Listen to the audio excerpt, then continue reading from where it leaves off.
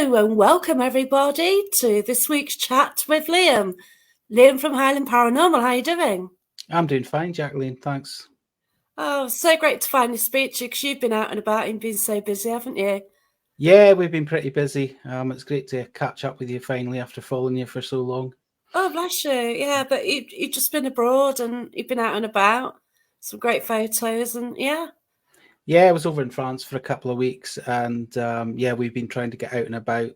With the weather's finally improving here in Scotland, we can finally get outdoors again. And here as well because you always get it bad. Put it that way. You do when I go anyway. It's always terrible when I go to Scotland. Well, admittedly, it was better last year, but yeah. Right. But yeah, generally, it's not so good when I go to Scotland, but the place is so beautiful. Yeah, we're really lucky. I always kind of pinch myself and say, how lucky are we? Well, that's it. You kind of born somewhere, and then I've kind of stayed where I was like born around Nottingham, and you kind of think like it's a bit urban for me. The scenery in Scotland, and you're like Inverness way, aren't you? And Yeah, it's just fascinating. It's just stunning. And I do try and do a 2-week holiday now there when I can. Maybe this year. I had a bit of a dodgy vet bill, but he's recovering luckily. So hopefully I can. But yeah, hopefully I can come up again. Look, we've just been talking about this guy. Hey, Mark. Hi, Mark. How Your you soul's been doing? burning. It was all good though, Mark. Honest. I was reading your book at the weekend as well. Awesome book. Fantastic. So yeah, it was nice and sunny. I sat outside in a deck chair, bit of sun, and that was it. Got the book out, and yeah, beautiful. And I like the description. Language, Mark. Yeah. But yeah, I love the way you write. It's fantastic, easy reading. So definitely recommend the books by Great Mark books. Warbank, available on Amazon. Hi Stefan, hope you're well. Hi, Stefan again. I was actually out with Stefan last week. Oh wow. So Stefan used to run a team over here in Scotland before he went back to Germany, but he was over with some friends. So we popped out last week and did a little mini investigation, which was really interesting. It was great to catch up with him. Oh, fantastic. Where did you go? We went to Clavacairns, which is Oh. not far from Inverness, but it's a Neolithic, basically burial site. So it's about 4,000 years old. Wow. It is a pretty magical place. It's become a little famous as a result of Outlander. Okay. Yeah, because Yes. it's got standing stones. It's close to Inverness, so it's become a bit of a mecca for Outlander fans to come. Unfortunately, to a certain extent, trample all over the site and touch the stones to try and go back in time. But yeah, fascinating site. Also, a really interesting story about a Belgian tourist who decided to steal a stone from the site, returned home and had nothing but bad luck. Fell ill, lost his job. Eventually, he posted the stone back, and I know he's not the only one to do that. So it's Oh my gosh. interesting site. Yeah, it's interesting if that's happening, and they deserve it. You don't touch things like that. They're sacred, and that's it, isn't it? Yeah. Fair enough. You can go. You just got to be respectful to property, and that's it. Yeah, 100%. But you do. Oh, there you go. Maybe I'll visit it this time. So hopefully I'm going up in September. I hope so. No, we'll get you there. We'll get you there. If you're coming up in September, we will get you to Clavacairns. Oh wow. Yeah, I've just got a bit of a dog and yeah.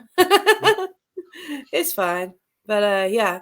So I do want to sort of see more of Scotland. The thing is, I've sort of got myself a route and that's it.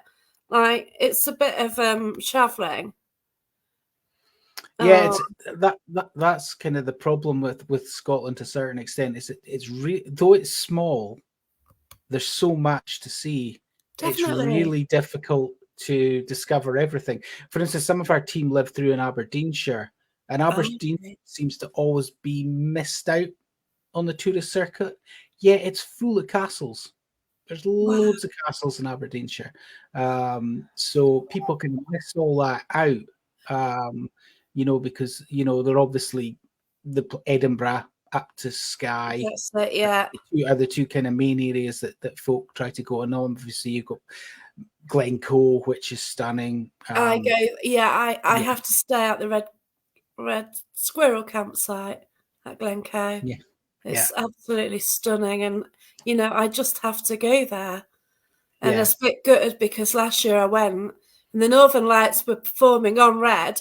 And I got a great big mountain right next door and I couldn't see it. I was like, oh my gosh, like this is a dark sky. There's no light anywhere. And then this damn mountain was in the way. How rude was that? But yeah, yeah. I was quite upset that night because I thought, no, they're happening and I can't see it. Yeah, we normally just get cloud anytime there's anything. Meteor shower, northern lights, whatever, cloud. Yeah, Yeah. that's it. Like I said earlier, like when I've been to Scotland, generally it rains or it's cold.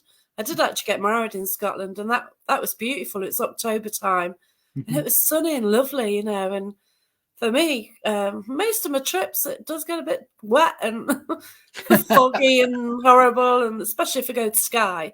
Yeah, the west coast isn't anything west is notorious, unfortunately, for the Oh, weather is okay. wet. The weather is always a lot wetter in the west coast. Yeah, so I stayed on Yeah. Skye a couple of times, and it's absolutely stunning. But yeah. Yeah. You only get two kinds of weather on the west coast: awful or stunningly beautiful. You don't get anything in the middle. It's either pouring rain or it's blue skies, sun shining. Wow, yeah, Yeah. I need the blue skies, sunshine. Yeah, I definitely do. We did at the beginning. We did mention doors. Now this is on the Loch Ness, and I absolutely love that. You can go swimming in the Loch Ness just off a beach, and it's gorgeous. But you sort of know about a Loch Ness monster, don't you? Because you do Well, a ghost walk. You did mention, and yeah, you were saying beforehand. So a lot of people think that the origins of Loch Ness monster's first sightings were around the 1930s when the road opened on the sort of north side of the loch. But actually, Nessie was first spotted in 565 AD wow, in the River Ness, which flows into Loch Ness. So Saint Columba was there. He was converting the Picts to Christianity. So above Inverness, there's a hill called Craigfatrick, and you can still see a shape where a Pictish fort was. wow, So again, really going back in time. But basically, one of St. Columba's followers was having a swim in the river when up popped a sea serpent. But St. Columba quickly intervened and banished the monster to Loch Ness. And wow! that's the first documented sighting of the Loch Ness monster. It's incredible. Yeah. I do love it. I do love the mystery about it. Because, if you go, you just have to look, don't you? You Yeah, know, well, it's a strange lot. It's a strange place. It yeah, it really is. I is. mean, due to it being so narrow, the waves appear from nowhere. It doesn't freeze even when the water goes below zero. It, you know, it, Though I was telling a few folk that the last when I went to Doors, we took a guy, Rick McCallum, to Doors, and we were standing there. He'd walked to see Loch Ness, and the next thing we're seeing three humps in the water. Wow. I'm going, yeah, can it be? Can it be? And we'll Oh, watch wow. this. They're appearing there, and it always in the same area, popping back up. Then suddenly these humps started to come closer and closer until three sort of large gentlemen wearing diving gear came out of the loch. And it's the first time I've seen divers in the loch. Wow. But yeah, it was actually three divers that were in the I loch. bet you're holding your breath, though. Yeah, Like, yeah. wow, You don't expect to see it, but wow, if you do see something, it's like, wow, yeah. Yeah, yeah, Awesome. yeah. Unfortunately, it's a bit like ghosts when you see these photographs that appear in the press.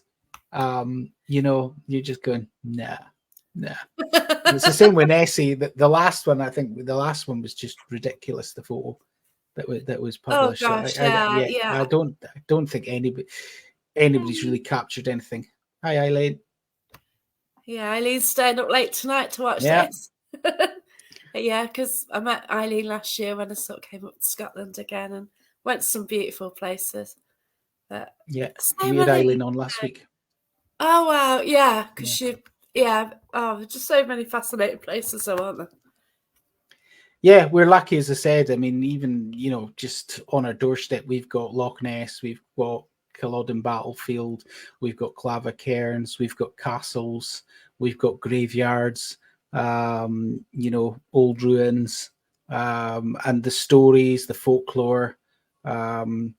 Even the main cemetery in Inverness is known as Fairy Hill, Okay. because there's stories connecting it to the fairies and sleeping armies and giants and all sorts of things.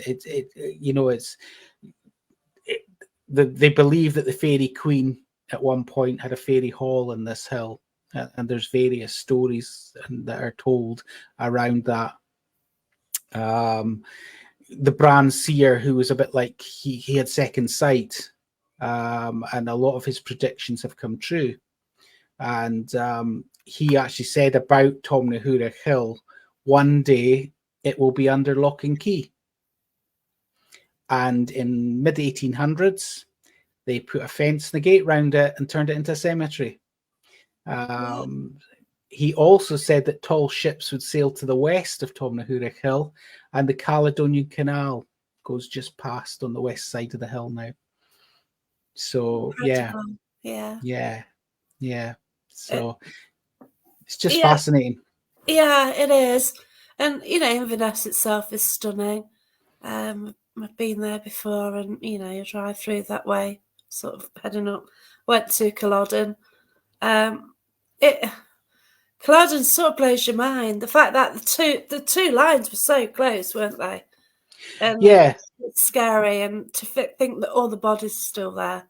yeah. It's it's God, yeah, It's a very sacred site, definitely. for us Highlanders anyway. Of course it is. Hi Nicola. Because it was the end of the Highland way of life. What followed was, for want of a better term, it was genocide. What followed in the Highlands after Culloden.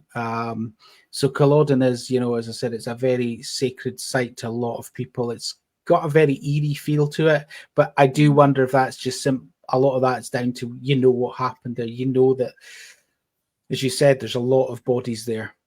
Yeah, that's Um, right.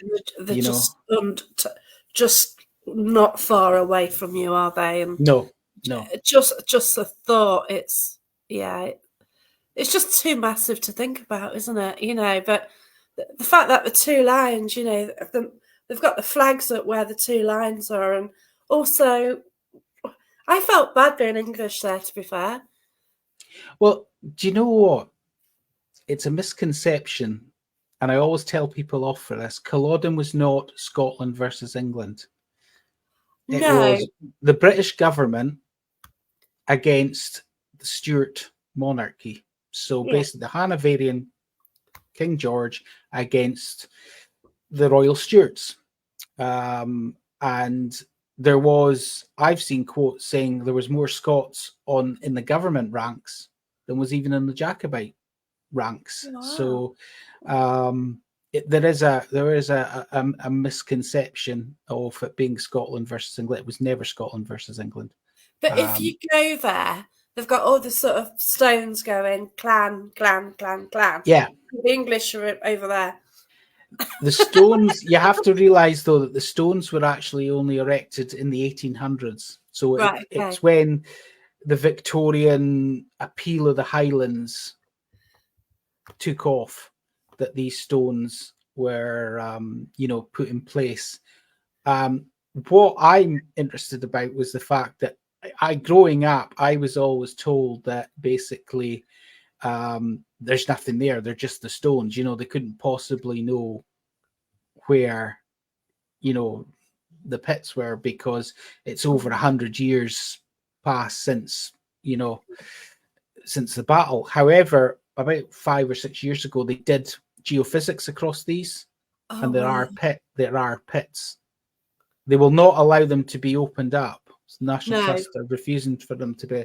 But I would suspect there's pits all over the battlefield and beyond. And even what you see today isn't the whole battlefield. So the Oh God, battlefield no. goes into the woods as well on the other side of the road. Yeah, Yeah. because there's a stone near there as well. So just after it, so you just pull out, turn right, and then there's a stone. Yes, that's Cumberland Stone. So that's where Yeah. our the Duke of Cumberland stood um, during the battle. There's actually also another very similar stone within the Culloden Woods itself, and that's called the Prisoner's Stone, and that's where 17 Jacobite officers were executed Oh wow. um, Okay. after the battle. Well, I say 17. I think actually 16 were executed. One actually escaped. He was severely disfigured, but he escaped. I was. So yeah, and you've also got a Clootie Well in Culloden Woods as well. So Wow. that's another thing that's going really back into the mists of time, and the kind of tradition of healing and leaving cloots, as it were, or bits of cloth, dip them in the water and tie them to the tree. Wow. Yeah, it's worth a visit, and that was um that was my like furthest north point last time on the trip. Mm-hmm. So that I went up there, so that was like a midpoint of my trip, and yeah, it is a place you definitely need to go if you can, just to see it, and yeah, you just can't get your head around it, can you? Really, it's horrible. No, Uh, it is. It's It is. It's, as I said, I suppose that's kind of where my whole fascination with history started, was Culloden, and actually watching. Believe it or not, and this is not very Scottish to a certain extent, Michael Caine in the Robert Louis Stevenson film Kidnapped, from the book Robert Louis oh, I Stevenson's love book. that film. And I've got the film. I still watch the film regularly. I love the film, and that's where my fascination with the Jacobites in Culloden as a kid started. At Saturday morning TV, watching Oh, this and being really affected by it. Obviously, now I know a lot of it's work of fiction, but yeah, that's kind of where my kind of interest in everything kind of started. But again, you can't grow up in the Highlands without being touched by, the folklore, the ghost stories, and the history. yeah. It is so stunning, when it's amazing. You've kept the stories going. Yeah, we're trying. I mean, it is a challenge. The Highlands has kind of changed a lot in the last probably 20-25 years. And a lot of folk have come into the Highlands.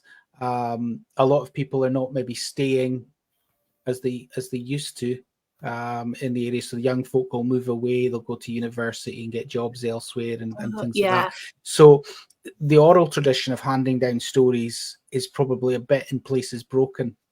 But what we try to do is, if we discover these stories in books, we'll put them onto our Facebook page, and we try to tell the stories to keep the stories alive. Um, yeah, yeah. So, because I think it's really, really important, and we're discovering new stuff all the time. People gift me old ghost story books and things like that, which, yeah.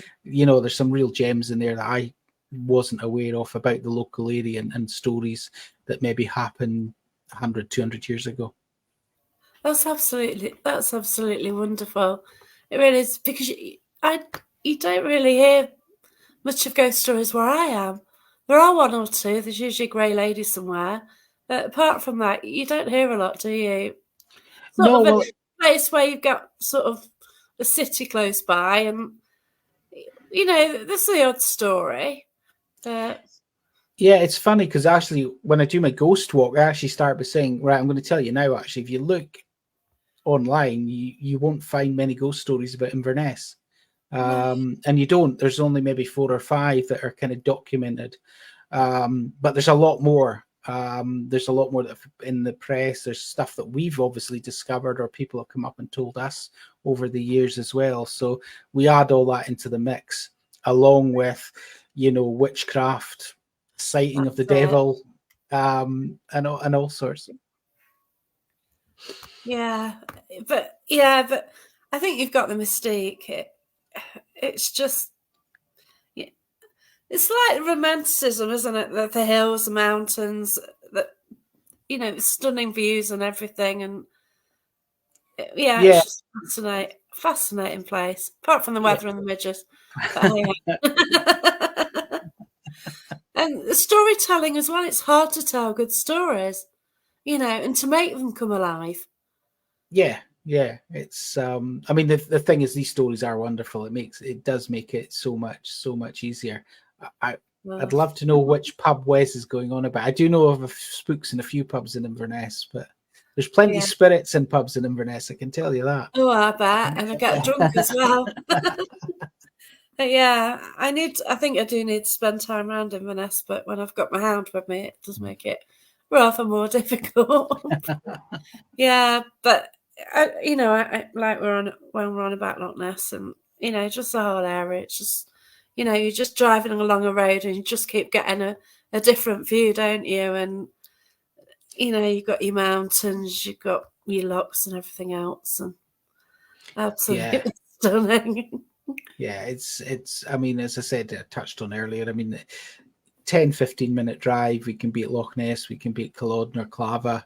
I mean, Yeah, we are just so lucky. And then you've got the Black Isle, which is shrouded in mystery as well. And there's some great old places in the Black Isle. Um, and the story of why the Black Isle's called the Black Isle, even there's various. One, it was full of witches. One, it was burnt by the Vikings. Interesting enough, the wow. Black Isle actually isn't an island, which is Yeah, you've a got kind of that as well. Scottish thing. A kind of Scottish Yeah, thing to do that. I call an island, but an isle when it's not an island. Yeah, yeah. yeah, But it's your castles everywhere as well. And yeah. We've got some cool castles. oh, I'd love to go to Nairn because that's got a nice beach. But I nearly stayed in Nairn, but in the end, I stayed in. Yeah, I forgot where I stayed. I stayed like on a little cliff just above a beach, which is beautiful. That was just around from Culloden, but Right. yeah, but absolutely stunning place. Yeah, Nairn Beach. Is that how you play? Oh, the Drovers Inn. Now, yeah, that's well known. The Drovers Inn. That's down at that's not Inverness. That's Loch Lomond side. Yeah, but Yeah, that's one further of south. the most well known, isn't it? Yeah, yeah, yeah, yeah. Yeah, Yeah, I've driven past it. I've still to get there myself. haven't been right. I haven't been, Okay, no.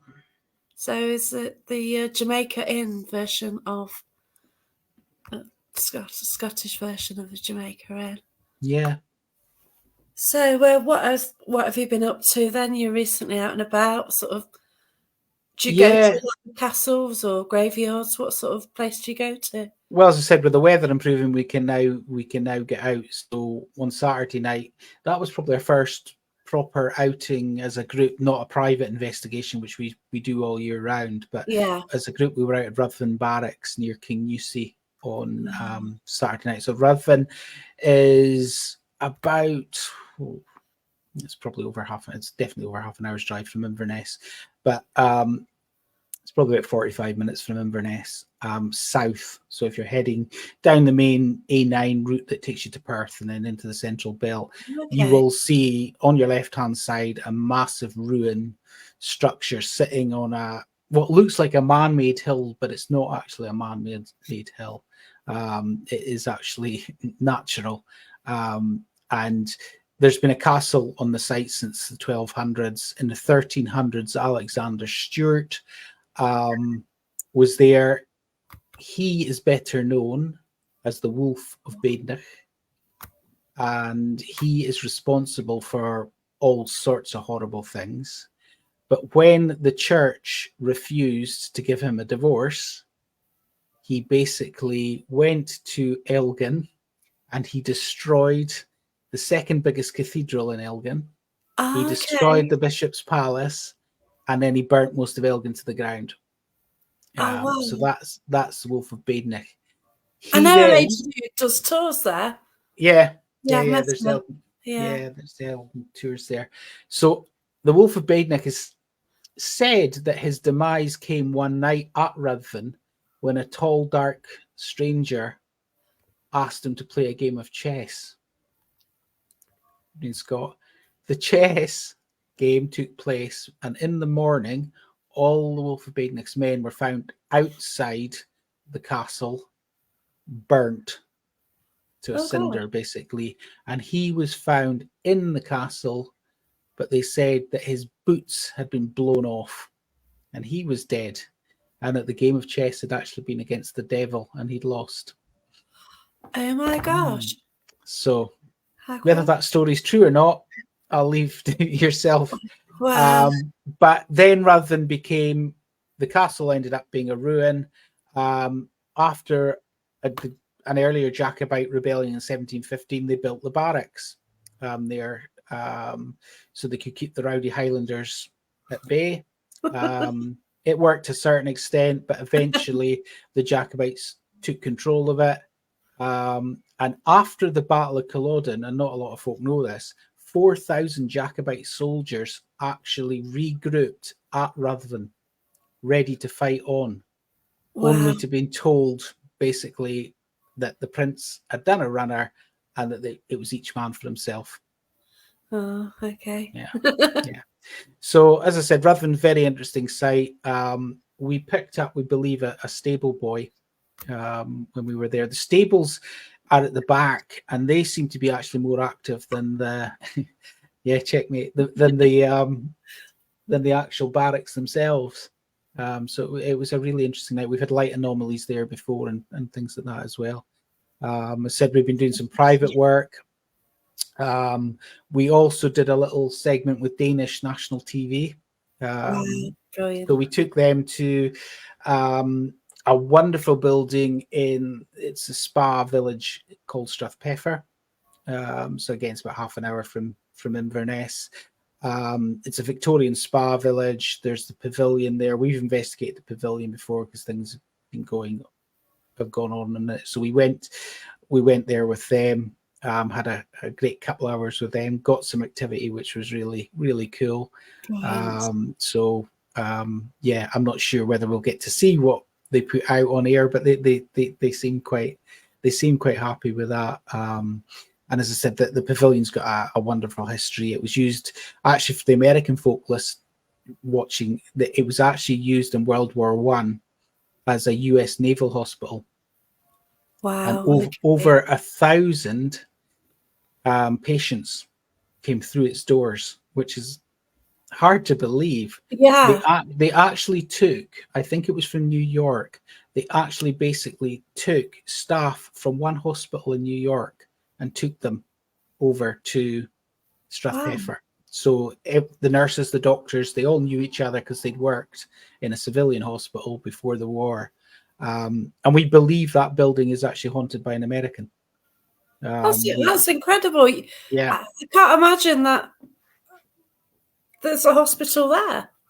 yeah, it was. So it sounds so small and everything. And Yeah, I mean, especially during in World War II, north of Inverness, you could not travel north of Inverness without a permit because there was okay. so much secret army, navy stuff going on. There was numerous bases north of Inverness, and there's still remnants of them scattered about as well. So that's something else you can explore.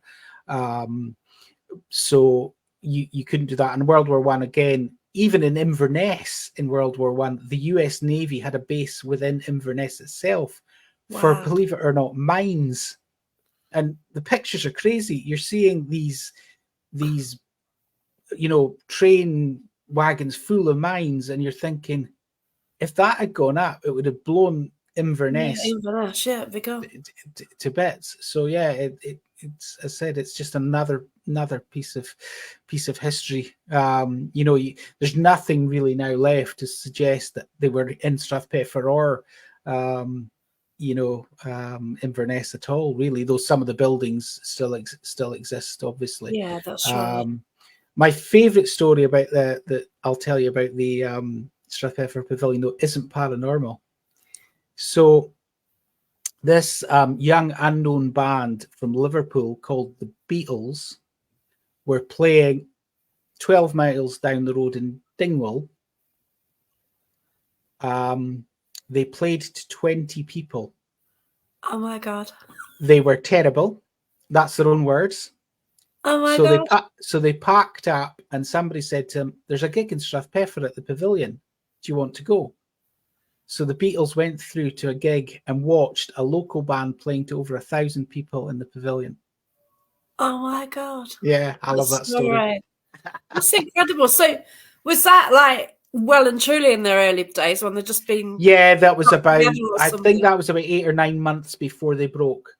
So they did a Right. tour of the north of Scotland because they played Dingwall, they played Elgin to the east that I know of, Wow. within the same days. And actually, if you go to Dingwall Town Hall, there's a blue plaque on the wall saying the Beatles played here. Oh, well, Yeah, you've got it, haven't you? You know, yeah, yeah, who'd have thought it?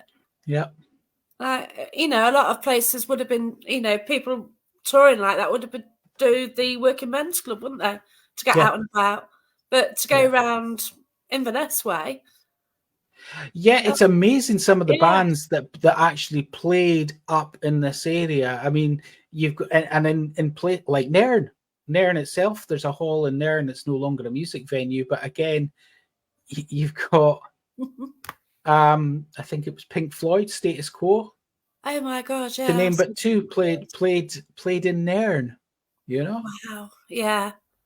I've seen Floyd and they're incredible. I had to go to London to see them. Yeah. Hammersmith, but Would yeah. have probably cost a bit more than I would have seen them in Nairn as well, Yeah, I would well and imagine. truly, yeah. Yeah, it was a few years ago, but yeah, Yeah, was quite a bit there. But yeah. wow. Yeah, it's just fantastic that I wouldn't have expected really. I Sort of just love being the up history. there. I love anything that's history, and it doesn't need to be hundreds of years ago. It can be last week. I just love the whole any of these little historic nuggets. Um, Well, that's you know, right. yeah, And like you've told people now on here, then people think, oh yeah, they went there. So yeah. like if not that I can because the way you pronounce things, I don't know how you spell those places. And I certainly wouldn't be able to pronounce them the same way. Strath Heifer, Strathpeffer. perfect. It's a bit. Is it a Scottish word?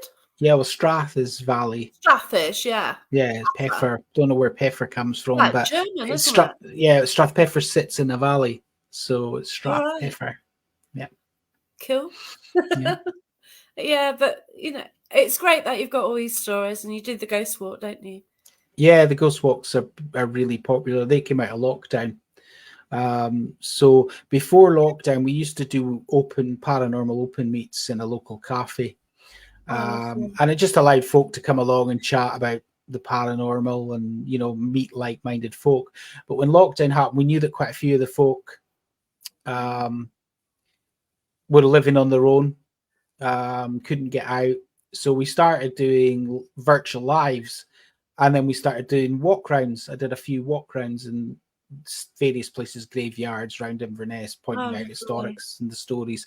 So I said at the end of lockdown, I would do a ghost walk, one ghost walk, um, to for those people if they wanted to come along. It was just so popular. We did a second, and I said, right, that's it. I'm not doing any more. And then on the second one, a good friend who's a tour guide was along on, and he says, you've got to keep doing these. So I've just carried on doing them. And I do one a month, but if folk want, I can do a special one as well. And we used to do them 100% free. We charge a little now, Yeah, but it that's right. but it just helps with the running costs of the team because we are non-profit. So everything comes out of our own pocket. We did a location last year and it cost us £800 out of our own Yeah. pockets to do that. So we kind of thought after that we can't sustain No. that kind of approach. As I said, if we were a business, we'd been put out of business long ago because we run at a loss every month. But that's not, it's a hobby. It's Yeah, not that's right. it's not, that's not a problem. But at the same point in time, we've got to try and be sensible about it. So as I said, yeah, we do the walks now. I only charge £5, which is cheap as chips, if I'm being honest, for a walk. And it's about an hour and a half's walk around part of Yeah, Inverness, that's right. But 3 people, graveyards as well. So okay, wow. But yeah. people expect to pay for things, they really do. And £5's nothing, is it? No, we've always tried to That's keep cool. anything that we do. I mean, we don't normally events, we're there, but it's not our event. Normally Okay. it's somebody Yeah. else's event, and we're just there to do the paranormal element of it. We've only Yeah. did last year, we did Castle Fraser in Aberdeenshire, for ourselves. That was the first one. We kind of said, right, we need to generate some funds here. So we did that one ourselves, and we're going back again this year because we had so much fun last year doing it. It was Right. brilliant. Yeah. Yeah. Yeah. But, it does cost so much because I do book locations, and it's people I know, basically. I invite them along, and, I might be short already because I've got a location Friday, and I don't push. Like, I could fill it, but I just I only want 10 people, and then people sort of say they come in, then they're not, or whatever. And it's just like, we just turn up and we have a play and just see what we can get. And with us being all like-minded, some of us just want to go off and do a live or whatever, that's fine. And we just trust each other, and that's it, isn't it? Yeah, And that's excellent. That sounds great really to be good. able to do that. And I've organised a few events like that now, and you just turn up, work together. If you want to split, that's it. And because sometimes you're just restricted about what you can and can't do. And I think it's the last 5 years I've been getting locations, and originally like Haunted Antiques because I knew the location, and I know it even more now, because obviously I host there. But it's just incredible just to go and see what you can get, isn't it? Yeah, and I think we're so lucky. I always, people go, "Oh, thanks for coming," and it's like, "Thank you for opening your doors," kind of thing. Oh, It's bless you, yeah. and in a lot of locations that we have done. I mean, some of the locations people have been so welcoming. They've opened their doors. No, we don't want any money. We're not going to take any money from you. Wow. Um, you know, and and then you've got the other side of the coin where you're, you're approaching somewhere. We Mm. didn't approach somewhere, but somebody I know approached on our behalf, kind of thing. Then if they wanted us to do an event, and the location, this is for charity, the location was saying, yes, sure, £5,000. Jesus. Yeah. Yeah, and charities, like, God, that's a lot of people, isn't it? Yeah. Just, Yeah. oh, Jesus, no. It's just not worth it. Yeah. Yeah. But Yeah. it's good. And I mean, I suppose as well, what we talked about this in our own show and stuff, is the more you go back to the same location, the more you seem to get, because there seems to be a trust built up. Definitely. You think so? Yeah, with spirit and stuff. Yeah. Yeah, I spent 4 weeks out of 6 at Tutbury this year, and it wasn't intended. It just happened. I don't know why. Like, my friend decided to put the first time it was like a public ghost hunt, but in the end, I ended up helping Barry John. But I think I couldn't actually book onto that one, but I booked onto the second one. But then my friends organised a night, Barry organised a night, and I ended up working the first one. So the first one, straight away, I was in the dungeon. And I don't know, something happened, and I sort of linked in with this lady. And it seemed like whenever I spent time in that dungeon, something was trying to communicate with me. So then I went on there and I went to another location, and someone threw up there. And it sounds like that. Oh no, it was at Tutbury, that was it. The first 45 minutes of this session, 2 people threw up. And it's a public night, and I was hosting it. It's not good. So then I went to another location on another public event, but I was a guest. And once again, it's in this woman came through, and someone threw up there. And it's like, oh, okay. And then I went to Haunted Antiques, and this lady popped through again on a public event, and it turned up that somehow she'd attached herself to me. And I think because I sort of, at the first meeting, I sort of acknowledged her, and I was nice and respectful to her. Apart from, in my head, I got the phrase serving wench, and when I said, "Oh, you were serving wench," the whole atmosphere just like went a bit, whoa. And then I said, "Oh, did somebody call you that?" And yeah, they did. So that was why I got that word. And it's just fascinating, isn't it? And I did, like, I think 4 out of 6 times you were sort of getting sort of a similar story. We're getting voices as well. Whenever we spoke, we could hear voices in the background, just above our voices, but you couldn't hear them without speaking. Wow. And it's just fascinating, isn't it? Yeah. Oh, yeah. Yeah. Yeah, that's right. But also, if you've never been to a location, it's a difficult one, isn't it? Because I went to that weird shop in Nottingham, and it seemed that we got there and they sort of hung back. They didn't kind of know what to do with us. It's all new to them, isn't it? Yeah. Because they've been doing what they do, and then all of a sudden, I don't know, did they have to be mediums to see us? I don't know. We do a lot of work now with rods. And I know people sit. I know people sit on the fence with rods, and rods are great. I yeah, just don't use them very well.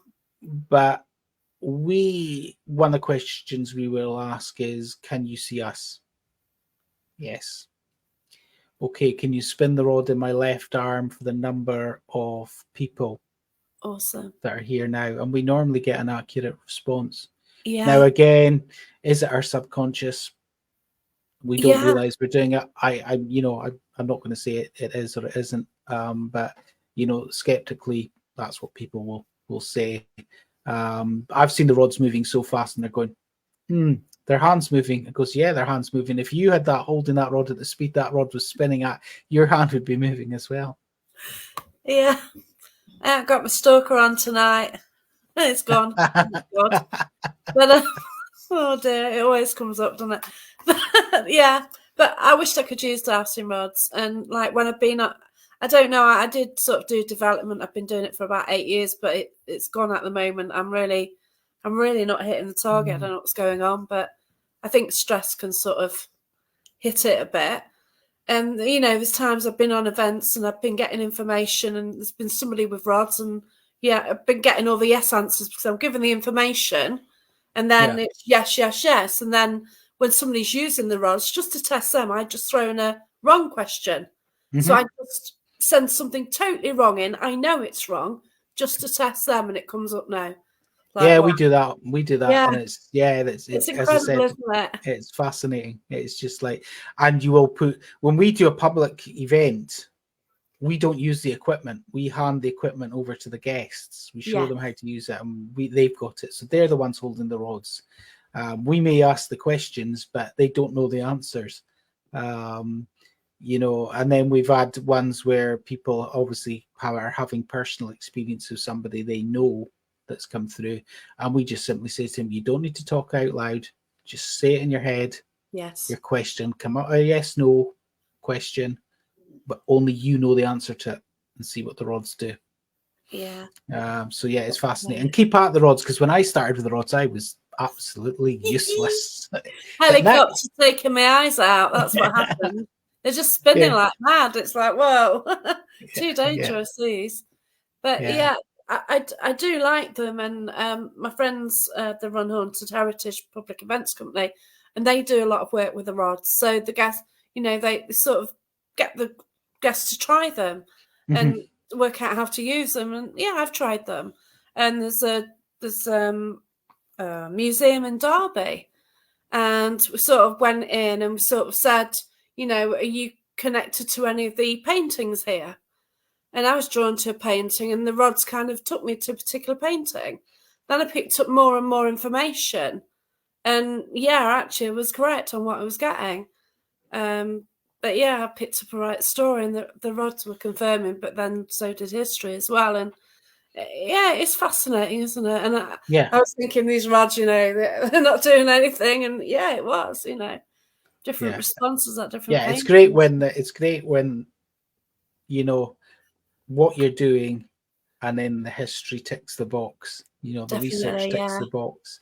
I get a little chill. I'll be quite honest if a Lynn, researcher, comes back and says, "Yep, that was spot on." Yeah. yeah. I used to use crystal quite a lot. That was kind of one of the first methods I did use, Hmm. and you kind of change, don't you? And why don't I use that more? I think I wanted more than yes and no, so that's why I went development route, so you could get more of a story. But then, Yeah. if you're linking to them, then that's handy.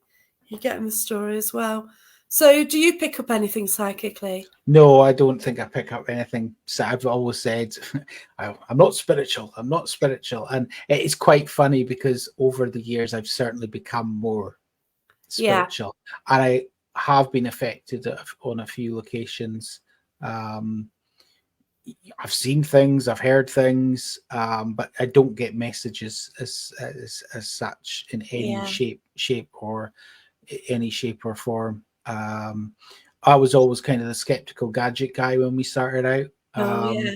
But I've kind of gone off gadgets. I think gadgets are just a bit of a rip-off, if I'm being honest. I mean, I've got a couple of things that I always use my audio recorder. I always have an EMF meter. But when you look at the prices of some of the kit that's for sale now, Oh, gee. and it's just ridiculous, to be perfectly honest.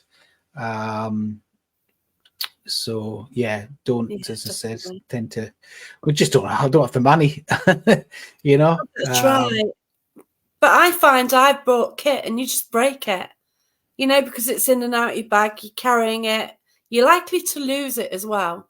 So you're investigating, it's night time, you've been done about 4 vigils, you just got to grab everything quickly and leave, haven't you? And Yeah, you might have left something somewhere. And I don't think I've lost anything yet, but it's quite common wish for you would as for me. um, equipment to arrive home with me and have somebody else's name on it, E- you know, and vice versa, not just both ways. Especially yeah. when we're doing events and we've got like 100 K 2 meters and things like that Oh, out. Jesus, Well, not yeah. that many, but it feels like that sometimes. Um, so yeah, but no, as I said, I think I've become a bit less. I think you need a few things. You need to be able to take base readings and look for the logical. That's right, yeah. So an EMF meters is good for that alone. As long Audio, as you understand how it works. yes, yeah, yeah, yeah, And you yeah. don't have your mobile phone right under. Oh yes, Look, oh it's yes, coming up. yeah, yeah, yeah, yeah, yeah. What? And Well, we yeah, always say, the first thing we say is, right, ladies and gentlemen, you need to put your phones on phones. Yeah, airplane off or on airplane mode, and of course definitely. smartwatches now as well. Yeah, of Um, course. but Stefan, who's on tonight, he was showing me his new, well, I don't know how new it is, EMF meter, which actually will tell you if there's a phone signal. Wow. So Awesome. I'm going to probably invest in one of those because I think, yeah, Yeah, that would that's be better. That's, yeah, that would, and it's a challenge, especially when we're doing private locations, because you are dealing with Wi-Fi of course you in buildings. So you have to be kind of very, very mindful of that as well. And walkie-talkie, are. Oh, Stefan's going to, yeah, yeah, the just walkie-talkies everything and the off. REM pods. Yeah. My REM pod never goes off, so it's fine. Yeah. In fact, my REM pod has gone off. It went off once. I had my back turned to it, and I said to everybody else, "What was that?" And they all saw it, and they said it was your REM pod. Oh. And then it was going off it rather than the other night until we realised what was happening. Every time the wind was really blowing strong, there was kind of foliage blowing against the REM pod, triggering it. So that Oh, was debunked. That was debunked. A little bit of excitement, but no, it ended up being debunked as well. But yeah, you're that's right. You have to know the equipment and how oh to gosh, definitely. use it. Yeah. So I've just got 3 bits of kit. I went to the Paramate and this guy. It's sort of like it does more scientific. He's like into the science thing because he's designed something which has a green light on. If it goes cold gradually, nothing happens. If there's a quick drop colder, then it Hmm. goes blue. If it's a quick drop hot, up, it goes red. And, Yeah. that's for sudden temperature changes, which is wonderful. And I actually tried that out recently. I was actually the last person in the location. It's closed its doors because Oh. the owner's been sent down. And Oh. it's a hell of a shock, really. So I was the last person in on Saturday to lock the doors and was probably the last one in the building, to be fair. Mm. It's like, because he got sent down on the Monday, which was shock. I didn't realise. You don't, do you? No. Yeah, and that was to me an incredible. It's one of my favourite locations, and it's gone. Yes, It's that's I mean that's a shame. I mean, we used to go to Touchwood House here in Inverness on a regular basis, but sadly the owner Susan passed away last year, and Susan was a great friend of the groups. She'd supported us for a long, long time, and she opened her doors to us whenever we wanted. There was nowhere like it. It was just yeah, it was a magical place. She was a practicing witch. The house it was a guest house. It actually appeared on Miriam and Alan's tour of Scotland. wow. Okay. So yeah, as I said, it was a really fascinating house. It had all sorts. I've seen full figure in there. I'd seen orbs flashing before my eyes. Somebody else sitting beside me also seeing it, so it wasn't just That's me. brilliant to get that validation. Yeah, we did our open meets there after lockdown, and 5 people independently all saw a grey shadow coming down the stairs. Just so much. And I remember her phoning me up one day when the house was empty, and she says, "You're not going to believe this. There's this 1 pence piece sitting on a chair in the hall."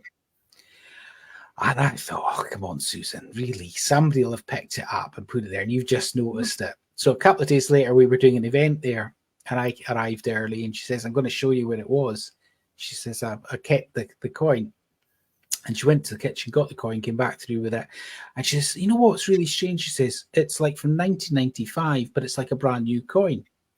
It's Oh, really yeah. shiny 1 pence piece." So she Yeah. put it down on the chair, and we looked down at it. We made eye contact, carried on talking. We looked down again, and next to the 1 pence, shiny 1 pence piece now, was a dirty, scabby 1 pence piece. Yeah. Yeah. I know it wasn't me, and I know it wasn't her. So it was just like, wow. Wow. Yeah. Yeah. And it doesn't take a lot, does it? You don't have to have a lot for it to be a wow factor. No, no. I I mean, went to, I think it's Mulgrave, it's a castle near Whitby. So I went there with Brian Holloway and Sam. And we're there, walked up, and I was just doing a live feed. And the grass in front of me, it's like somebody's walking on it. You saw the grass go down and spring up, and it's like, you're watching it in front of you. It's like, explain. It was obvious, a footstep. It wasn't the wind. You kind of rule everything out. And it's one of them, isn't it? You saw it. yeah. You can't deny it. Well, that's And it. And then we're so privileged wonderful. to be able to do this. I mean, I always kind of say that I think they've got a rule. If you're filming, they ain't showing themselves.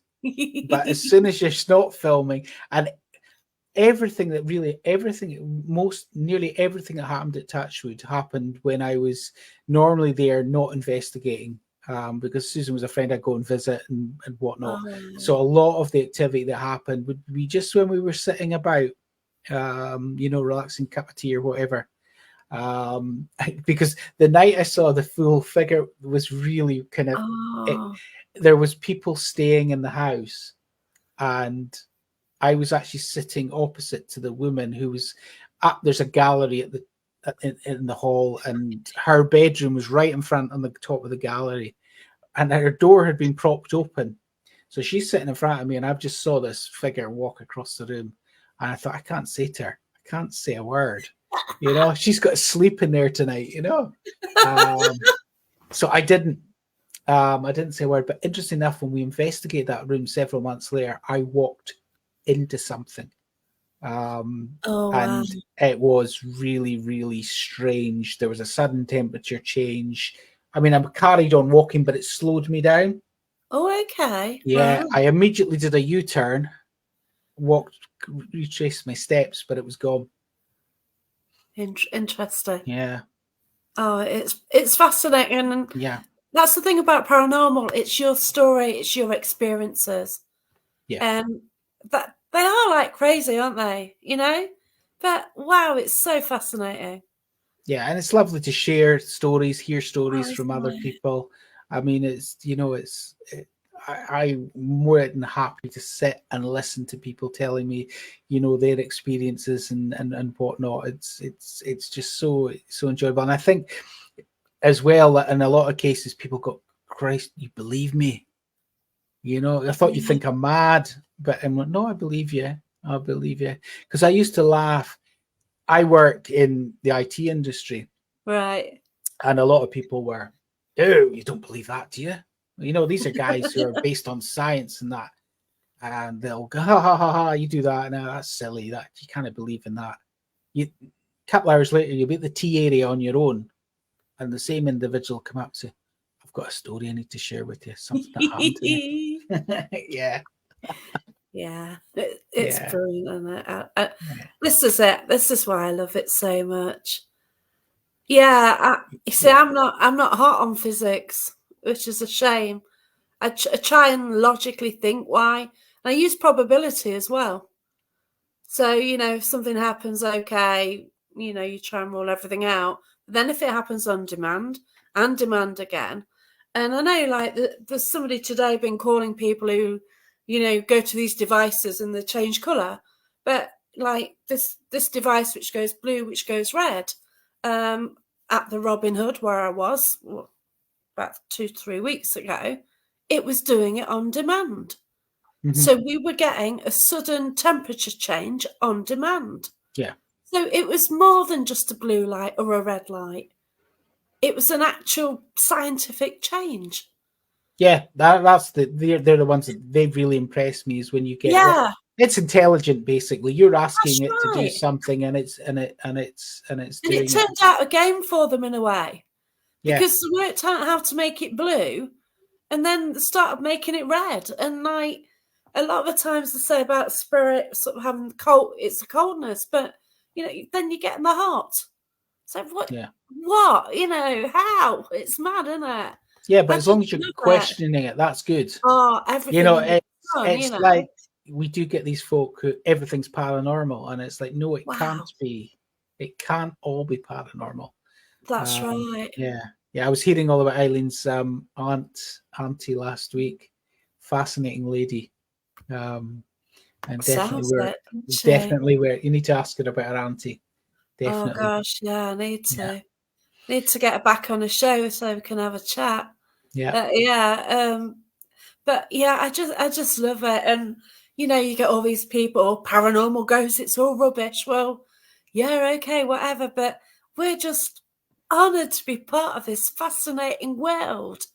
This unseen world. Well, if you haven't seen it, oh wow, Yeah. I think it's that's incredible, for a isn't lot it? of people. They need to see something Which to same believe it. for And I've me. I've I've and I've even met people who've seen things and then just go into complete denial. Yeah, But I that it know. is what it is what it is. But yeah, you're right. We're honored to be able to do this, and it's Yeah, it's you know it's amazing, and it's so yeah. Just when you get one of those experiences, you just feel so privileged. I mean, for me, rather than on Saturday night, for instance, I didn't get too much myself, but I was standing at the gate at the stables, and the next thing I heard two footsteps. It was just wow. like two footsteps come up to the gate, and it was like something was standing there watching us. Yeah, Um, fascinating. and at the time, we were communicating with a little boy through the rods, and Claire, who was using the rods, started asking questions about the man. Is it a man that's at the gate? Are you scared of him? Yes. It turned out it was his father. And he was scared. So, yeah, I mean that alone made my night. That listening to that and hearing that and thinking, well, that couldn't debunk it. Couldn't work out what else it could possibly be. Yeah, that's So yeah, it's. And then again, you go to some locations and you get nothing, as you know. And yeah. it's just one of these things. I usually do get something, even if it's tiny. Mm. And I think now I just expect loads, because you do, don't you? And like I'm returning to Matlock Pavilion on Friday, my booking, and that is the place what showed me that something did exist, because basically I'd got a little child that basically took over my body to there. We're holding hands. All of a sudden, I was doing the hokey cokey in a circle. I then started laughing crazily, even though I Mm-hmm. didn't believe in this sort of jazz. And my head was going to my mouth, get it out of me, but I couldn't actually speak. And, it's just like, so from then on, I don't know. Have I gone through different barriers? So now I'm seeing, I don't, are you that close that then something, you are given something by spirit to actually show you there is something out there? So then you want to do this more? I think the more open you are to it, the more likely you are to get a connection and see things. I mean, I remember, as I said, Susan telling me years ago, she says, Spirit likes you. She says, Spirit likes you because you're respectful to them. Yeah. You believe in them and you're respectful to them.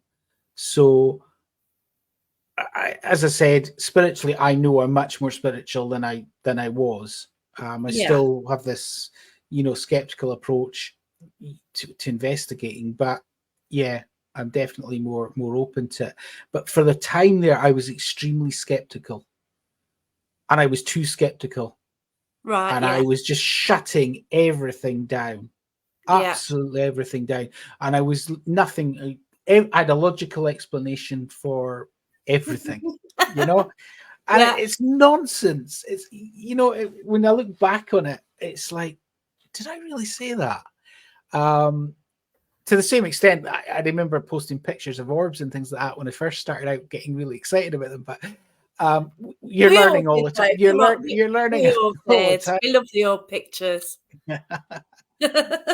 But yeah, it's so you can go one way or the other. But I think if you're open to spirit, and we're all kind of inviting them, I suppose, in what we're doing. Yeah. So I had an experience at, saying to Eileen and Nicola last week, I had an experience at Durn House in Port Soy, which we go to on quite a regular basis. It's an old house that goes back to, again, Culloden. It's got links to Culloden, but it Wow. goes back even further than that. But we'd gone in to a specific room, and in one corner of the room, quite a few of us actually ended up being affected by it. But I actually went into that corner and I got a headache straight away, felt nausea. Um, then even the guests are saying all the colours drained out of you. Wow. I think So you need to leave. I think you need to, they're telling me, I think you need to leave the room. no. Um, so I had to leave the room at the point where I was getting chest pains. I thought I got Oh to leave the Christ. room. Yes. And I walked away in a daze, and I actually had my paranormal hangover for 2 days. Never had a 2-dayer before. I had a 2-day Wow. paranormal hangover, but it did seriously I've been seriously questioning myself around the spiritual side of things and thinking I need to get myself better protected here, because as the energy drained out of me in that room, the equipment went off. Wow. Okay. Yeah, so it's yeah, be careful what you ask for, because I Yeah, asked. Yeah, definitely. yeah, yeah. So yeah. Oh, I like that. You always felt like you get a bit of reputation on the other side, good or bad, depending on your personality and the way you investigate. But I sort of get the ones coming to me with the sub stories, and oh my god, some of the things, like there's a local hall to me, and I picked up mediumistically on this guy, and they've got this really rich family. They had a hall, and whether he's either disabled or illegitimate, he was actually kept in a room off the kitchen. And I actually got imaged of him crawling along the floor getting food, what was thrown into him like a dog. And this is a hall I know. Mm-hmm. And it's a hall I've been to as a child. I used to walk there. And then to get that image, but then I mentioned it to my friend, and she says, yeah, in those days, if they had a child they didn't want seen, they would do that. Yeah. And, I'm just intrigued to see if somebody else picks up on it. There was a medium there that night, and they were with me when it was all coming through. And it was that room where it was just off that room last time where I went, where I got something really close to me. It hit my voice. It gave me like a pneumonia symptom. And then I pushed it away from me, and then it got this woman, and she was sick. Actually there, but I think that was to do with the Tutbury Castle thing. But it's just fascinating, isn't Yeah. it? And you can't. The spirit knows your name. You must be doing something right, and yeah, that's it, isn't it? Yeah, 100%. It's I think most of us now have had the moment where we've heard our name being called out, or Yeah, on that's the right. rods will go, can you point the rods to certain member of the team by name, and the rods point to Yeah, that person. So yeah, it's we firmly believe that going back to a location time and time again, you build up a trust and a rapport with the spirits that are there. We did a private investigation where the reports had been of basically not a very nice man being in this building. The last family that had lived there left and said they would never go back. yeah. Some workers decided to go in when they heard the story, and apparently a shelf came flying off the wall towards them. My gosh. And when we went in, we were getting very much these kind of vibes on the rods and things like that. He didn't want us there. Okay, But we worked away with him for about 2 hours, and then after that, he mellowed a bit. that's cool. And interesting enough, when we went back to that location again, we didn't pick him up on the second occasion, which we found really interesting Oh wow. as well, because he did seem to be very protective of the property. Oh, And we had one of our team mediums with us on the first occasion, and she picked up the names, and she was 100% right with the names. We didn't oh, even know the names. The gentleman whose house it was, a property it was, we went to see him straight away afterwards to tell him what we'd found, and he was blown away, because it was like, he goes, and I even know, he says, that guy's son is still alive, wow. so I can go and speak to his son about it. Oh my gosh, that's Yeah, incredible. Yeah. yeah. Yeah, it is fascinating if you can speak to somebody who is known. Mm-hmm. I went to a pub near Stratford, and we picked up on a spirit who passed in 1999, a former landlord, and we were doing the board, and he kept going, ha ha. And he kind of said on the board, how are you doing this? And he was asking us how we were communicating with him on the board. Well, Yeah, usually, we just think it's them doing it, but he asked us. And so then we could ask him questions about the afterlife, because he was from our time. And the landlord of the pub at the time, he knew that this guy was around him all the time. So we sort of found out that we got a name of one of the customers. He told us the name of one of the customers, and I mentioned it to the landlord the next day because he wasn't there that night. And we said, oh, it says hello to George. And the landlord freaked out, because the last thing George said was say hello to that landlord, and he actually came through. And he brilliant. obviously heard that conversation, said it to us. Yeah. And like it's just incredible, isn't it? Yeah. It, Yeah. it Yeah. I just love it. Yeah. Yeah. I mean, I it was I saw a video with a French medium, and she actually described going back to, I think it was the 12th century. She was in a castle. She went Wow. back to 12th century, and she could see, I think it was a monk, My gosh. but the monk could see her, and the monk thought she was the ghost, and he was freaking out at his end. Oh my god. Um, and that's where we started to think, because before that, I never kind of really thought, and I feel really ashamed to say this, I never kind of thought, what do they see? Yeah, that's right. And it was, they see us. So that's now, we do a lot of it when we're doing questions. We normally ask things like, can you see us? Yeah. Can you confirm how many living people are here?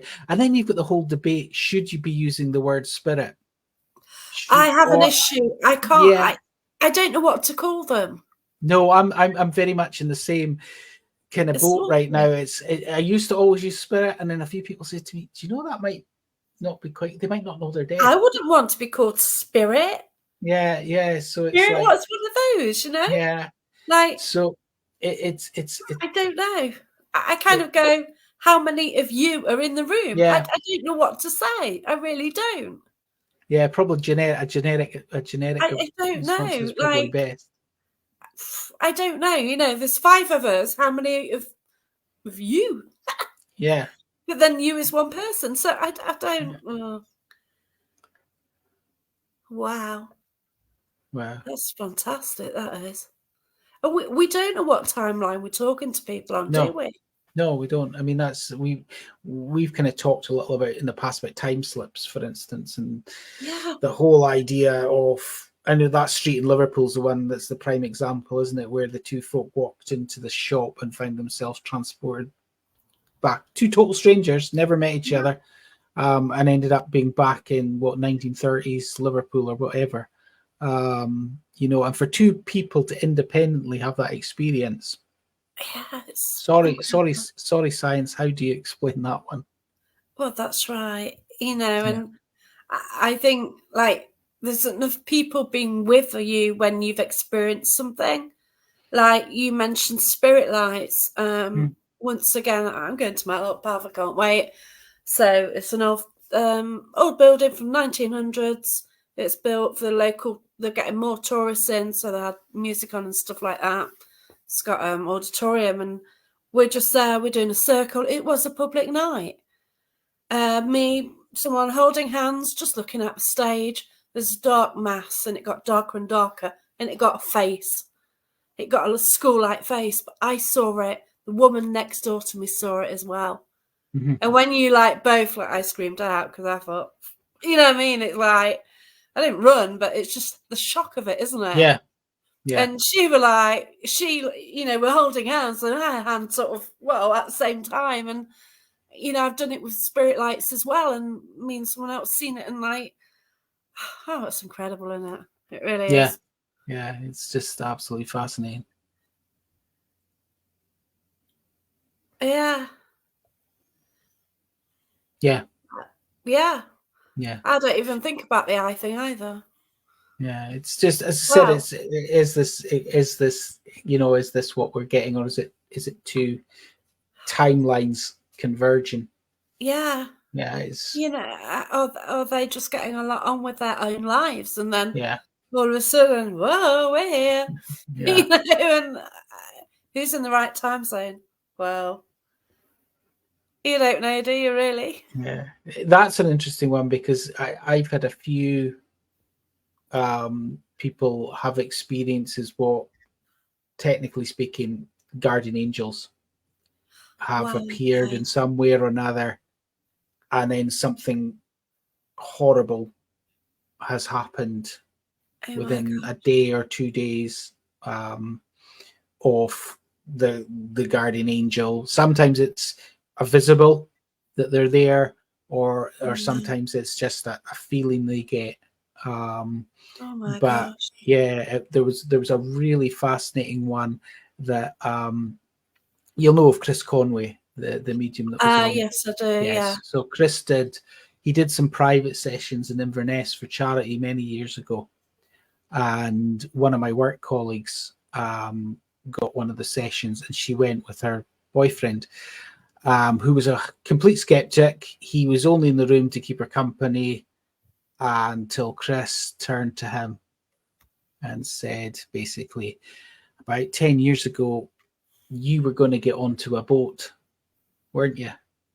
And God. he says, yes. He says, but I got this feeling that I shouldn't go. And Chris says, that was your uncle. Your uncle Oh my gave you God. that feeling. The boat sunk. Jesus. Yeah. So, Yeah. And I've heard other ones as well. It's slightly even more horrific in the fact that, somebody's appeared to somebody and within an hour, that person's actually been attacked by somebody. Oh my God. So, yeah, I firmly believe that. I think you're right. I think we were talking about that. There is a rule book. I think there is some kind of rule book that. Yeah, Yep. I've certainly found that. Yeah. If you can, if you find somebody who you can talk to, and even this guy in the pub, I did ask him if there was some sort of unwritten rule, and it seems that you can't find out what happens between here and there. It's that bit there, and they won't tell you. No. It's a massive secret, and I don't know. And I've asked them, and even this guy who died from that pub, he wouldn't give that info. So is there an unwritten rule? I asked him, and it's just fascinating. Yeah, definitely. 100%. Yeah. Yeah. Hi, Andy. Yeah, you're all right. But it's just so incredible, isn't it? Yeah. It's just I was saying we're just scratching the surface. We're nowhere near getting answers to. It's so much of this. I think I like it that you can't really get evidence. Well, you can get evidence for yourself because you've got an EVP. You know who was around. You know it's genuine. Yeah. But if you get somebody else going, "Oh, I've got an EVP," you've got to trust them.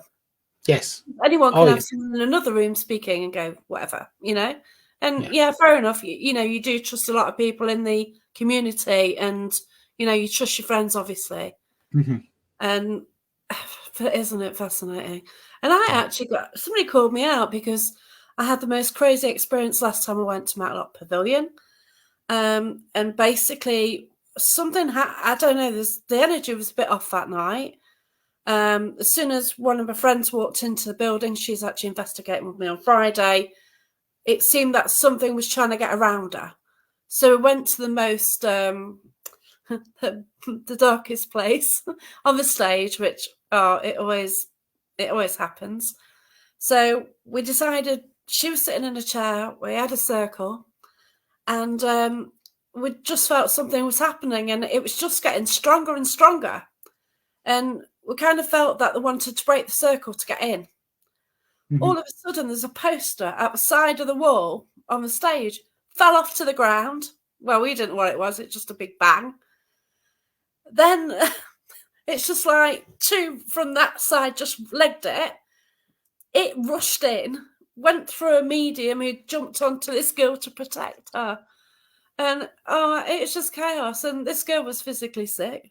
It was happening quite a lot around me. But, it ended up in the Haunted magazine as well. It's written up in there. And it's the most incredible night. And I put it on my Facebook. And someone says, well, you can't be a real investigator because you didn't have footage. Wow. Okay. Whatever. I do this for me. I do this to see what you can pick up because I'm happy that there's something out there. I've seen it enough. I don't have to prove to anyone. And if I write an account and I get a name and someone goes, yeah, I got that name, I got this, that's all I need. Yeah, well, you'll never satisfy the skeptics, the trolls, anyway. I mean, they're always going to, to debunk. Unfortunately, I mean, I've watched a few of these YouTube channels where they do a lot of debunking and stuff like that, and I've actually stopped watching them because they have nothing positive to say about the paranormal community. No. They're constantly, it's just total negativity. They just brand everybody as a liar, and it's all faked. And it's like, yeah, there's a large percentage of stuff on the internet which is faked. Yeah. There's no doubt about that, and the whole TikTok thing as well. I mean, that obviously Yeah. has bred even more fakery. But it really, from a genuine, people like yourselves are genuinely out there, investigating.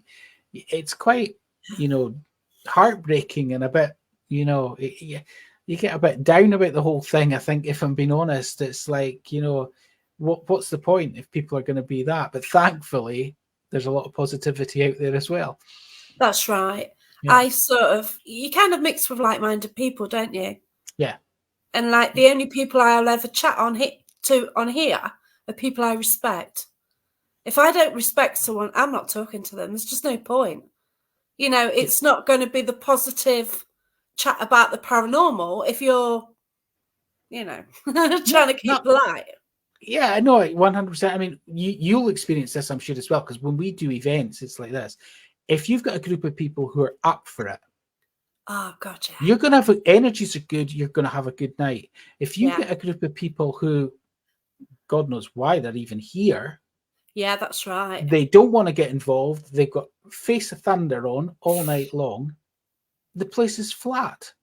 And they destroy it for everybody, don't they? Yes, yeah, and we've had experiences where that's happened, and it's absolutely horrible. And it goes back to, I think, what Eileen was saying earlier about, you get the best activity when things are light, when people are having a laugh and a bit, you've got to be serious to a certain extent, but you've got to have a laugh, and we get that as well. We get our best things when we're actually laughing. I think the energy levels are higher, and again, I think it's like. Oh, yeah. That was the one I was thinking about, Lawrence. That was the worst. Oh no. That was one where I had to actually put two newbies who'd never done a group before with a group. And the poor guys got the worst people. There was two people in the group who were up for it, the rest were not interested. There was a lot of politics about the event, and I think it was a plant. But nothing to do with us, but to do with the location. And towards the end of the night, I said, "I'll take over. I'll take this group." Yeah. And I struggled like. Well, one of the women, she scared the hell out of me. She just looked like she was going to kill me. So yeah, but that was quite challenging. It can be painful if you're hosting, though, can't it?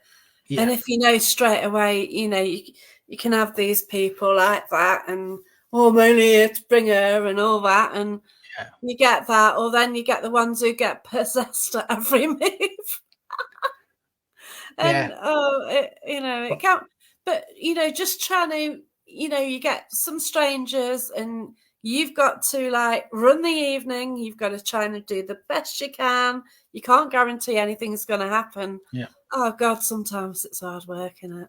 Oh yeah. There's been a couple of occasions where I've said I'm never doing these events again, because I never got into this to do events. Events has just kind of been a side effect of what we do, and a way to get into, if I'm being honest, a way to get into certain locations. Isn't it? That's right. Yeah. Yeah. But because I was looking to host at Tutbury 2 nights. I didn't know I was going to do it. It's just like, Barry just asked us to, yeah, cool, and then all of a sudden you run a public night at such a beautiful location, and it's me and 14 people, and it's like, oh well, and and luckily 2 people threw up quickly, but and they can't deny that didn't happen. That was personal experience to them, wasn't it? And it's not like somebody touching the board and moving the board or stuff like that when they get personal feelings. I do a lot of work of trying to take the energy in of an area. I love energy circles, and anything can break out after that. And often does. That's what happens at Matlock Pavilion. And hopefully on Friday, at the moment there's about 8 or 9 of us going. I need about 10, but Oh God, we're all up for it. We're all like-minded people. I've worked with everyone before. I just invite them in this group. We're going along, and we're waiting for all hell to break loose. Hopefully, Fingers crossed. Look forward yeah. to hearing all about it. Well, it usually happens. So yeah, I know. There's so much history there, and it means Yeah. a lot to me because I've had so. It's the reason that I do this nearly every week. Hmm. Yeah. Oh, that's Yeah, I get what Eileen's saying there. I do, it's, as I said, public events wasn't something I set out to do. I've not that I've never been that comfortable public speaking as such. yeah, But I do have a passion for the paranormal, and one of the reasons we started doing them was the amount of people that wanted to join the group. yeah, We took a decision very early on. We didn't want to have a huge group. Um, and we've actually extended the size of our group. It's bigger than it was. I mean, it used to just be 5 or 6 of us. There's 11 of us at the moment, yeah. but we wouldn't go any bigger than that. But one of the reasons we've actually got 11 folk now is to allow us to do event work, and not because what we're finding where we're getting event work and people with holidays, sickness, and whatnot. That's So we to kind of cover that.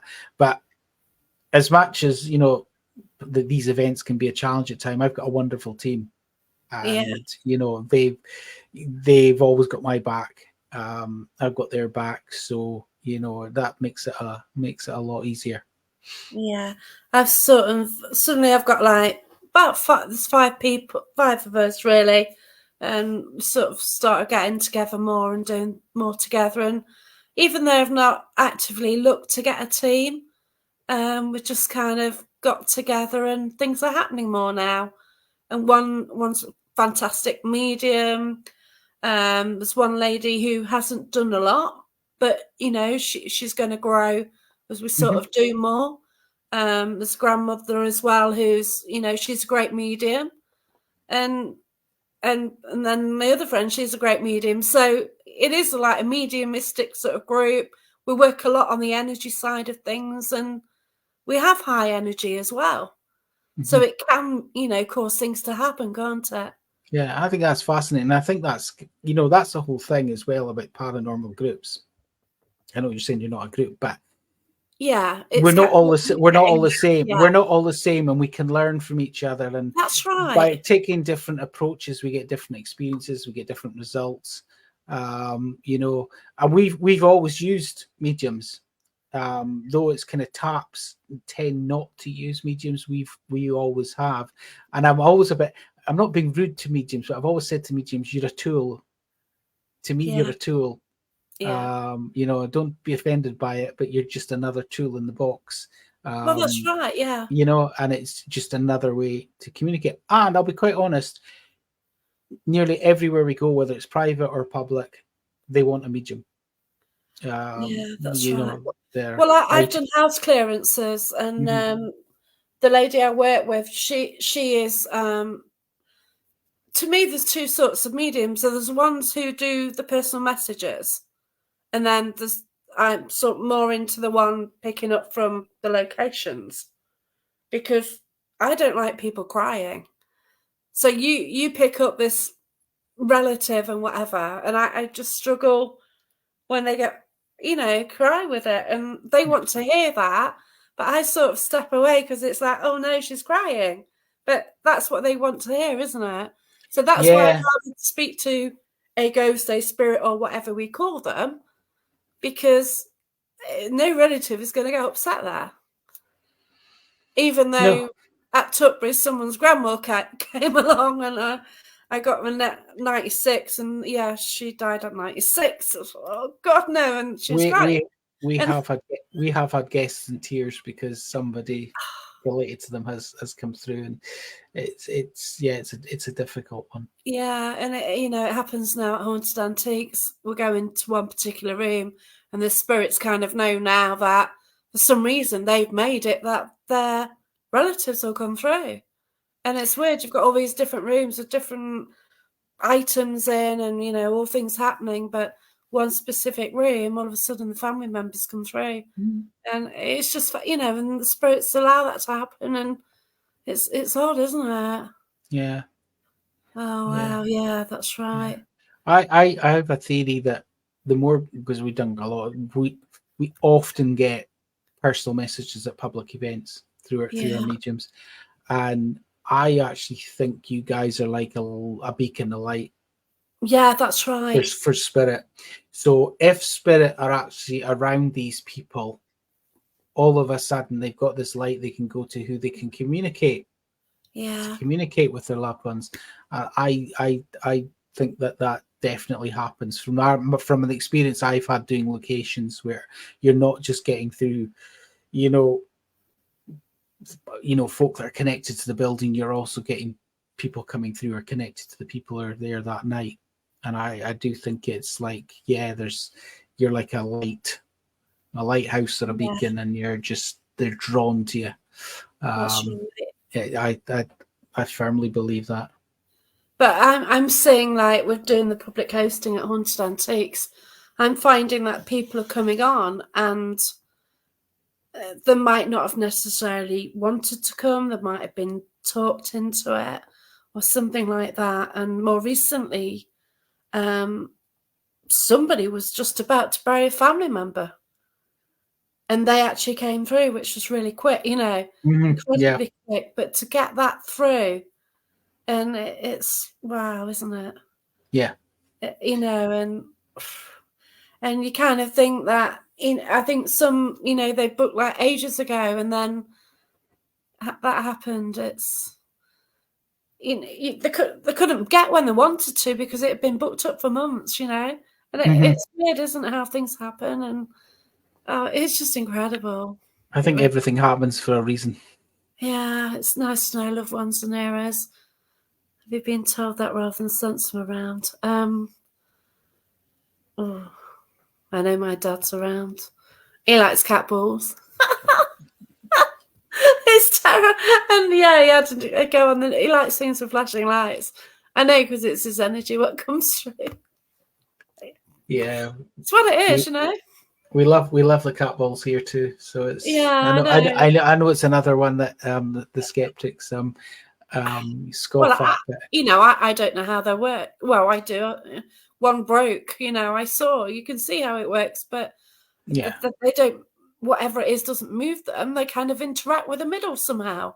yeah, And yeah, yeah. they do it when you ask. It's not vibration. There's no EMF causing it. There's what is it? What's causing it on Yeah. demand? And that's the question, isn't it? Oh, we did a session on Saturday night with the Yeah. rods, and we'd actually three cat balls. But on command, the two cat balls on either side would go off.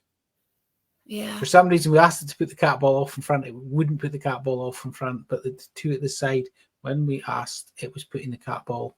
It was putting the cat ball on. My favourite cat balls was at Inverary Jail. I don't know Wow. if you've ever been to Inverary Jail, but No, it looks awesome. it's got a courthouse as well. And we were at the end of the night. We actually had BBC Alba, which is the Gaelic BBC channel. They were filming, and they'd already missed out. They caught a growl, but when they went back to check it, it hadn't recorded. The camera had gone faulty. Oh, So handy. they were a bit gutted about that. But right at the end of the night, everybody's back in the courthouse. I goes, right, this is your last chance. And Lynn from the team, she had put cat balls all around the courthouse, and one was on the dock. And I said, right, this is your last chance. You got anything else you want to say to us? Now's your chance. And as I finished talking, the cat ball on the dock started flashing. Well, awesome. And they caught it on camera, and I thought, right, that's it, job done, time to go home. Yeah, that's it. It's like, Yeah. Stefan hates them. That's fine, you know, and that's it. We've all got opinions, and there's nothing proven. And you know, you're just guessing what the interaction is, or why is it going off, and like the K2, we don't know this EMF thing, really, do we? You know, and that's it. It's just fascinating, and it's all the questions, and you've got to ask questions. Yeah. I've got to go through the audio yet, Nicola. So I've got audio from that session. Oh God, Nicola, an audio. Well, she's the queen. Absolutely She's awesome. queen of audio. Definitely, I I can't hear love the words. I love what Nicola It's captures. fascinating. Yeah, That's yeah, it, you know, and you get responses on demand, and it's not once, it's time and time again, isn't it? And I don't know how it works. We don't know any of how this works, really, yeah. do I we? mean, we've debunked on certain occasions. We've debunked cat balls. You know, we've Yeah, come up with logical reasons why they're triggering. Um, but it comes back to what you were saying earlier. When you're getting that response on demand, that's more difficult to go. yeah, that's right. Yeah, that's just random, because Yeah, it's only doing it when we're asking, and then it hasn't done it for the last 20 minutes or whatever. So yeah, yeah, yeah, yeah, that's yeah. it. That is, that's it in a nutshell. Is it And random or is you've it got genuine? to you've got to do your own reasoning on anything, and you've got to do what suits you and what's right for you, Yeah, haven't you? yeah. I mean, a lot of times I'll put things up, but I will not claim it's paranormal. I You know, never say anything's paranormal. yeah, I um, don't. I don't know what it is. I yeah, can't say what it is. It's happened, but I can't say it's paranormal. yeah. But it's and I won't if there's anything that I'm like, no, I'm not 100% sure, I won't put it on at all. So audio, for instance, you often get stuff on audio that you're kind of, is it, isn't it? Could it be Mm, one of the team? Yeah, it could be. Right. Okay. In that case, we're not going to publish it. yeah. Oh my gosh. Yeah, camera, of course not. Yeah. Every time. Yeah, all the time. Yeah. Yeah. Um, I was at the that weird shop in Nottingham, and that's got hell of a history. We didn't know, but we're uncovering more. Been there twice now, and it's just a shop right near a local fruit veg market. From they used to drop the veg off at silly hour, or the fish straight from the coast. And that's it. Everyone went in from the restaurants, and they had boxing down there, and it was a bit seedy as well. And what we're getting in that building is mad. But we were there one night, and it got these like things what kind of activate and make a sound and stuff. Well, it hadn't done it all night. All of a sudden, all of them went off at the same time. And then a couple of cat balls went off as well.